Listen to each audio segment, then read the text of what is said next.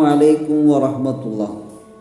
മുഅ്മിനീങ്ങളെ, ഹബീബുന മുഹമ്മദുർ റസൂലുള്ളാഹി സല്ലല്ലാഹു അലൈഹി വസല്ലമ തങ്ങൾ മുഹറമിനെ കുറിച്ച് ഒരുപാട് മഹത്വങ്ങളെ അറിയിച്ചിട്ടുണ്ട്.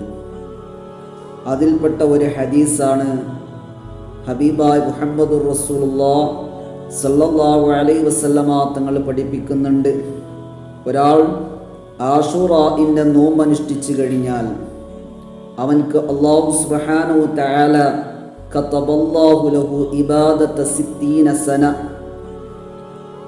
60 വർഷം ഇബാദത്ത് ചെയ്തതിൻ്റെ പ്രതിഫലം അവൻക്ക് ലഭിക്കുന്നതാണ്.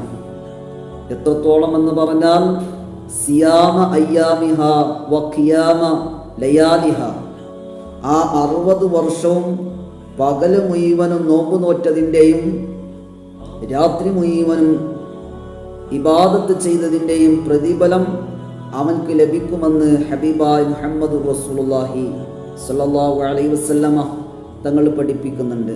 മാത്രമല്ല വകഅന്നമാ ഹജ്ജ വഅതമറ 70 മറ, ഹജ്ജും ഉംറയും 70 പ്രാവശ്യം ചെയ്താൽ എത്ര പ്രതിഫലമാണോ അത്ര പ്രതിഫലം ഒരു മുഹറമിൻ്റെ നോമ്പിനുണ്ട്, അശുറാഇൻ്റെ നോമ്പിനുണ്ട് എന്ന് ഹബീബായ തങ്ങൾ പഠിപ്പിക്കുന്നുണ്ട്.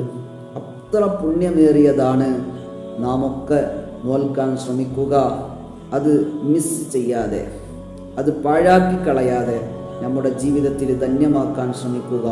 അല്ലാഹു നമുക്ക് തൗഫീഖ് തന്ന് അനുഗ്രഹിക്കുമാറാവട്ടെ. അസ്സലാമു അലൈക്കും വറഹ്മത്തുള്ളാഹി.